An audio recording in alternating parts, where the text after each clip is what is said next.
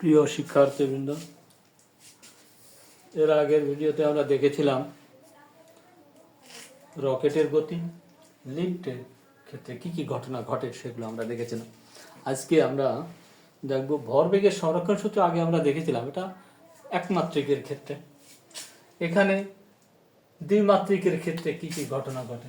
ধরি আমরা একটা অঙ্কের ক্ষেত্রে একটু ভর্তি পরীক্ষায় বা একটু পেঁচানোর অঙ্কগুলা এখান থেকে আমরা দেখতে পাই বিভিন্ন পরীক্ষাতে। এই একটা বস্তু আসছে, একটা বস্তু আসছে m1 ভরের বস্তু, m2 ভরের বস্তু।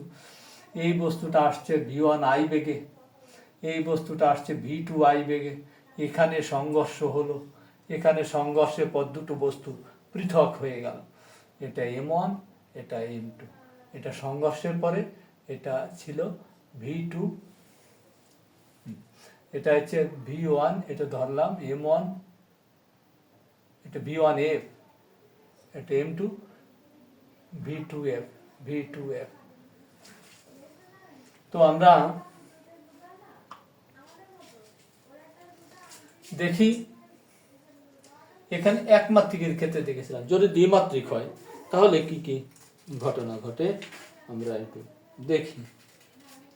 দ্বিমাত্রিকের বেলায় এখানে সংঘর্ষের পরে হবে, এরা একই সরলরেখায় আসছিল, সংঘর্ষের পরে যদি এই ছবিটা এরকম হয় তখন তার এরকম ছবি একই সরলরেখায় যায় না, তখন দুটো বস্তু, একটা বস্তু এখান থেকে এদিকে চলে গেল আর একটা বস্তু এদিকে চলে গেল, দুটো বস্তু m1 m2। ধরে নিলাম এটি θ1, ধরে নিলাম এই কোণটা θ2, মান দেওয়া থাকবে, এই মানটা দেওয়া থাকবে। তো আমরা এটা ধরি m1, এটা m2, এটা v1f ফাইনাল, এর বেগ হচ্ছে v2f ফাইনাল। তাহলে x অক্ষ বরাবর যদি বিবেচনা করি, এভাবে অঙ্ক করতে হবে। x অক্ষ বরাবর যদি বিবেচনা করি তাহলে m1 v1i cos cos 0 x অক্ষ বরাবর প্লাস m2 v2i cos 0, এটা 1 হয়ে যায়। তাহলে cos 0 মান 1, এই এটা cos 0 মান 1, তাহলে এটা বসে গেল 1 m1। তাহলে আসছে কি m1 v1i plus m2 v2i, ব্যাস বেড়ে গেল v1i, হ্যাঁ দুটো হয়ে গেছে m1 v1i plus m2 v2i। আর এই পাশে m1 এর আণবিক উপাংশ m1 v1f, আর এই শেষ বেগের আণবিক উপাংশ m2 v2f। এর আণবিক উপাংশ কি, এখানে cos আসবে m1, এখানে কি আসবে m1 v1f cos θ1 plus m2 v2f cos θ2। এই সূত্র দিয়ে অঙ্ক করতে হবে। এর আণবিক উপাংশ, এটি x অক্ষ বরাবর, y অক্ষ বরাবর। এটা ভরবেগের সংরক্ষণ সূত্র হচ্ছে, কিন্তু এটা যে কোনো জায়গায় কেরামে গুটি খেলা স্ট্রাইক দিয়ে এরকম একই জিনিস। যে কোনো বস্তু গুলি যখন বিস্ফোরিত হয়ে যাবে বোমা, তখন এই বিভিন্ন দিকে দুই টুকরার ক্ষেত্রে এরকম উপাংশ, দুই টুকরা কারণে যে কোনো টুকরা হলেও আমরা x অক্ষ বরাবর y অক্ষ বরাবর করে দুটো উপাংশ করে আমরা বের করতে পারবো। তার শেষ বেগ যে কোনো যে ডাটা চাই সেটা বের করতে পারবো। y অক্ষ বরাবর হলে এটা y অক্ষ বরাবরের উপাংশ 0, m1 v1i sin 0। তাহলে sin 0 মান 0, তাহলে এটা যদি করি 0 হয়ে যাবে। তাহলে এটাও তাই, তাহলে এটা আমি একবারে 0 বসাই দিলাম 0, এটাও তাই sin 0 0। এবার এখানে কি হবে m1 v1f sin θ1, y অক্ষ বরাবর এই দিক, এটা তার বিপরীত দিক, অর্থাৎ এই কোণটা মাইনাস θ2, ফলে এখানে মাইনাস আসবে m2 v2f sin θ2। যেহেতু এখানে সাইন অফ মাইনাস θ মানে মাইনাস সাইন θ, এইভাবেও আমরা দেখাতে পারি। আবার বিপরীত দিকে হলে এটা বিয়োগ এটা দিয়েও দেখানো যাচ্ছে। মূলত ঘটনাটা এরকম, যেহেতু কোণটা এখানে নিচের দিকে মাইনাস θ2, তাহলে সাইন অফ মাইনাস θ সমান সমান মাইনাস সাইন θ। গাণিতিকভাবে আমরা এটা দেখতে পারি। এটা x অক্ষ বরাবর করে এখানে বের করতে পারবো, এখানে তো আবার ভাগ করে দিয়ে এর দিকের মান যদি কোনোটা অজানা থাকে আমরা বের করতে পারবো। এই যে সূত্র, অঙ্ক করার সময় এই সূত্রই প্রয়োগ করে আমরা অঙ্ক করতে পারবো। ঠিক আছে, এ পর্যন্ত আশা করি বুঝতে পেরেছ। মুছে ফেললাম।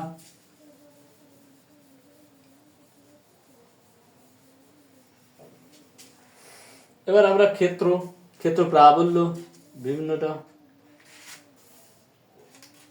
বল ক্ষেত্র ক্ষেত্র ক্ষেত্র প্রাবল্য,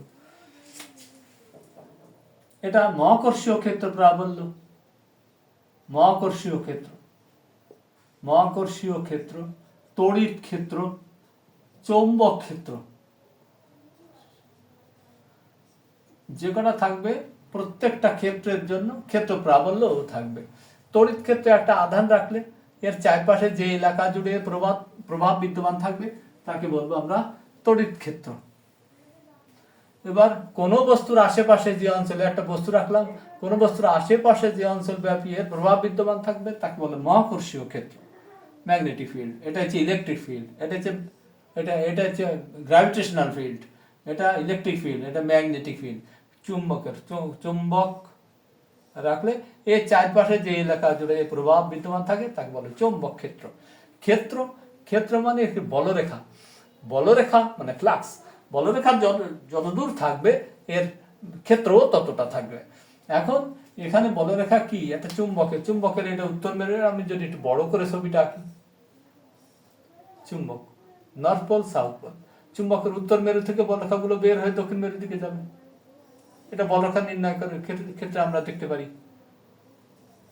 এটা বিশাল আলোচনাও করা যায়। এরকম বলরেখাগুলো যাবে, তো এই বলরেখা অর্থাৎ যদি এই পর্যন্ত বলরেখা থাকে তাহলে এই বলরেখা যতদূর আছে এটাই চৌম্বক ক্ষেত্র। মহাকর্ষীয় ক্ষেত্র এরকম, তড়িৎ ক্ষেত্র এরকম বলরেখা থাকবে, সব বলরেখা ধনাত্মক আধান থেকে বলরেখাগুলো বের হয়ে ঋণাত্মক আধানের দিকে যায়। এই যে চুম্বক, তড়িৎ বলরেখা, চুম্বক বলরেখা, মহাকর্ষীয় বলরেখা, তিনটে গেল। এবার প্রাবল্য, মহাকর্ষীয় ক্ষেত্রে প্রাবল্য, তড়িৎ ক্ষেত্রে প্রাবল্য, তিনটে জিনিস আমরা দেখি এখন একই রকম। তড়িৎ ক্ষেত্রে প্রাবল্য, কিউ একক ধনাত্মক আধানকে এই তড়িৎ ক্ষেত্রের ভিতরে যদি আনতে চাই, কিউ একক ধনাত্মক আধানকে তড়িৎ ক্ষেত্রের ভিতরে আনতে গেলে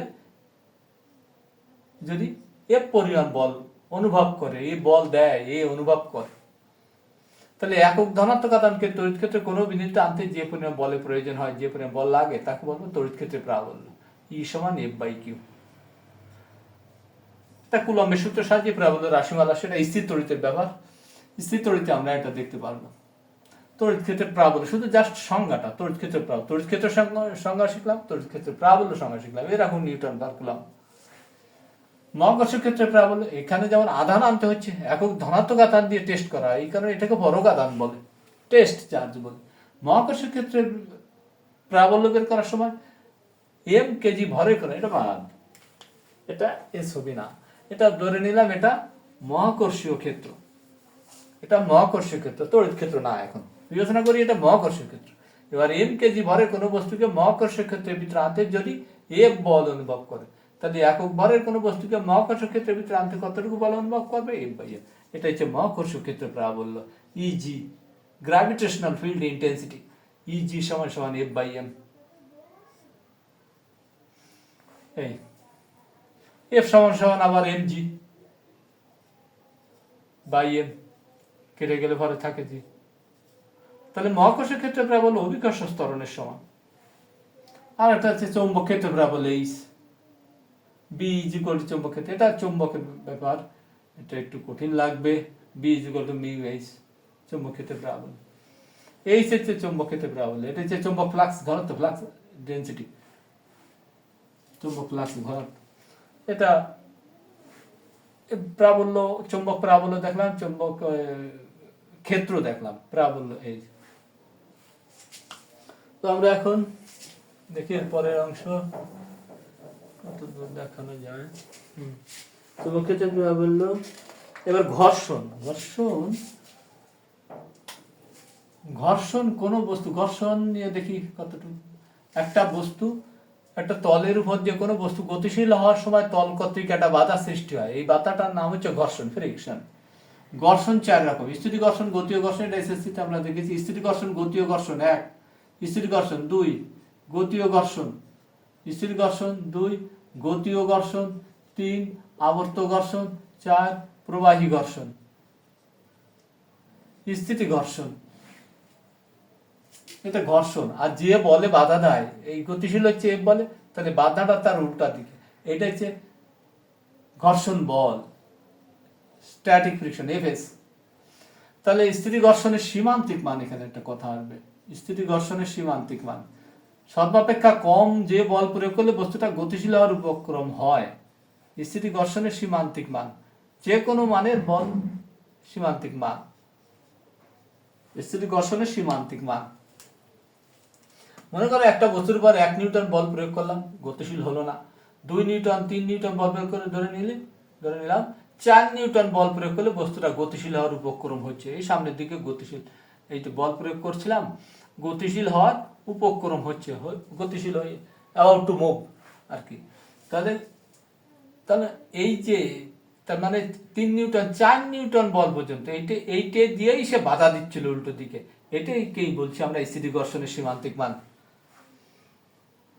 আর তাহলে এটা কি, এটা হচ্ছে প্রযুক্ত বল, স্থিতি ঘর্ষণের সীমান্তিক মান, এটা দিয়ে বাধা দিচ্ছিল। তাহলে এই বস্তুটার ওজন কোন দিকে, নিচের দিকে, এই বস্তুটার ওজন ক্রিয়া করছে নিচের দিকে ডব্লু, এটি ক্রিয়া, তাহলে এটা প্রতিক্রিয়া আর অবিলম্বিক প্রতিক্রিয়া। স্থিতি ঘর্ষণের সীমান্তিক মান আর অবিলম্বিক প্রতিক্রিয়া, এই দুটোকে সংযোজন করে, এই সংযোজন করলে একটা সামান্তরিকের সূত্র অনুসারে একটা লব্ধি পাওয়া যাবে, এটা লব্ধি। এই লব্ধিটা অবিলম্বিক প্রতিক্রিয়ার সাথে যে কোণ তৈরি করে সেটাকে বলছি আমরা ঘর্ষণ কোণ। ঘর্ষণ কোণ আমরা শিখলাম। স্থিতি ঘর্ষণের সীমান্তিক মান এবং অবিলম্বিক প্রতিক্রিয়াকে সংযোজন করে যে লব্ধ প্রতিক্রিয়া পাওয়া গেল সেটা অবিলম্বিক প্রতিক্রিয়ার সাথে যে কোণ তৈরি করে তাকে বলবো ঘর্ষণ কোণ। ঘর্ষণ কোণকে ল্যামডা দ্বারা প্রকাশ করা হয়। তাহলে এখানে একটু মুছে ফেলি, এটা 3-4টে ঘর্ষণ, তাহলে 4টে ঘর্ষণের জন্য 4টে গুণাঙ্ক আছে। স্থিতি ঘর্ষণের জন্য স্থিতি ঘর্ষণ গুণাঙ্ক, স্থিতি ঘর্ষণ গুণাঙ্ক, গতীয় ঘর্ষণের বেলায় গতীয় ঘর্ষণ গুণাঙ্ক, স্থিতি ঘর্ষণ গুণাঙ্ক একটা দিলে স্ট্যাটিক ফ্রিকশন, এটা স্ট্যাটিক ফ্রিকশন বলে স্থিতি ঘর্ষণ গুণাঙ্ক মিউ এস। গতীয় ঘর্ষণ গুণাঙ্কের সময় আসবে মিউ কে, মিউ কে। স্থিতি ঘর্ষণ গুণাঙ্ক কাকে বলে, স্থিতি ঘর্ষণের সীমান্তিক মান, সীমান্তিক মান কত, এফএস, স্থিতি ঘর্ষণের সীমান্তিক মান আর অবিলম্বিক প্রতিক্রিয়া, এই দুয়ের অনুপাতকে বলবো স্থিতি ঘর্ষণ গুণাঙ্ক। এখানে এমসিকিউ এখান থেকে আসবে, যেহেতু এটাও বল এটাও বল, কাজে এর কোনো একক নাই।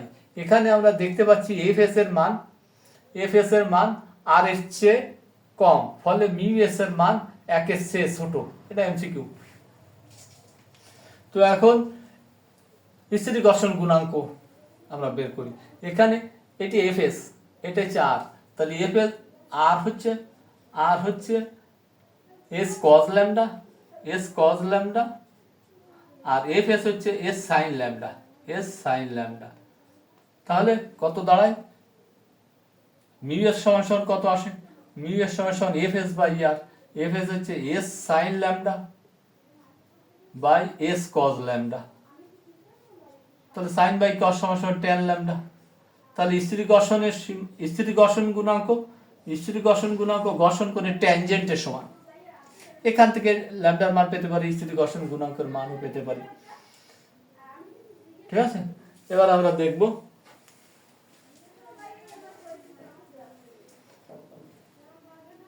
আচ্ছা, এখান থেকে এফএস আমরা বের করতে পারি। এফএস সমান আমরা দেখি, এফএস সমান মিউ এস আর।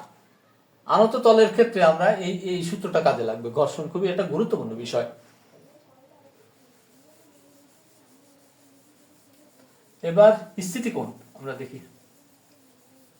স্থিতি কোণটাকে আনত তলের ক্ষেত্রে আনুভূমিকের সাথে যে কোণ, এই কোণের মান যত হলে সবচেয়ে কম, আনুভূমিকের সাথে যে কোণ উৎপন্ন করলে আনত তলের উপর অবস্থিত কোনো বস্তু গতিশীল হওয়ার উপক্রম হয়। যদি কোণটা এইরকম হয় খুবই ছোট, তাহলে এই আনত তলের উপর অবস্থিত কোনো বস্তু গতিশীল হবে না, ওখানে চুপ করে দাঁড়িয়ে থাকবে, কোণের মান খুবই সামান্য। তাহলে আনুভূমিকের সাথে যে কোণ উৎপন্ন করলে আনত তলের উপর অবস্থিত কোনো বস্তু গতিশীল হওয়ার উপক্রম হয় তাকে বলবো আমরা স্থিতি কোণ। একে থেটা দ্বারা প্রকাশ করা হয়। এটা আমরা দেখাতে পারি, এটা এখানে কি এমজি, এটা থেটা, এটা 90 মাইনাস থেটা, 90 মাইনাস থিটারে করতে পারি। এর mg নিচের দিকে ক্রিয়াশীল, এটা প্রতিক্রিয়া তলের সাথে অবিলম্ব বরাবর উপরের দিকে, এটাকে যদি পিছনের দিকে বাড়ায় দিই তাহলে এই কোণটা সমান এই কোণটা, যদি এই কোণটা দেওয়া থাকে, যদি এটা না দিয়ে থেকে এইটা থাকে তাহলে তখন এই কোণটা থিটা হবে এইটার সমান, এইটা যদি থিটা দেওয়া থাকে তখন এইটার সমান। এবার তাহলে এটা হচ্ছে, এটা mg যদি হয়, যদি ত্বরণ নির্ণয় করতে চাই তাহলে এখানে g cos থিটা, এটা হবে g cos থিটা। যদি বল নির্ণয় করতে চাই তাহলে এখানে m গুণ হয়ে যাবে, এটা m গুণ হয়ে হবে mg cos থিটা, আর এটা হবে mg sin theta, mg sin theta. আর যদি g চাও তাহলে এখানে m বাদ, শুধু g sin থিটা। তখন আনত তল, এক্ষেত্রে এই ত্বরণটা লাগবে g না, আনত তল যদি খাড়া নিচের দিকে পতিত হয় তখন g কাজ করবে, আনত তল বেয়ে আসার সময় তখন তো আর g কাজ করছে না, g এর একটা উপাংশ কাজ করছে, তখন এখানে কাজ করবে g sin থিটা। এভাবে আমাদের অঙ্কগুলো। আর এটা হচ্ছে g, এটা হচ্ছে g sin theta, g cos theta, এটা g cos থিটা, এটা একই মান। তাহলে এখান থেকে মিউ এস সমান সমান, মিউ এস সমান সমান fs বাই r, fs হচ্ছে একই মান mg sin থিটা, আর আর এর মান হচ্ছে, আর এর মানে এটা প্রতিক্রিয়া g cos থিটা, আর এর মান g cos থিটা, মানে mg cos theta, mg cos theta. তাহলে mg কাটা sin বাই cos সমান tan থিটা। এর আগে আমরা দেখেছিলাম মিউ এর সমান সমান tan ল্যামডা, tan ল্যামডা সমান সমান tan থিটা। তাহলে ঘর্ষণ কোণ আর স্থিতি কোণ সমান, আমরা দেখলাম ঘর্ষণ কোণ আর স্থিতি কোণ পরস্পর সমান। ঠিক আছে বন্ধুরা, আজকে এই পর্যন্ত রাখলাম।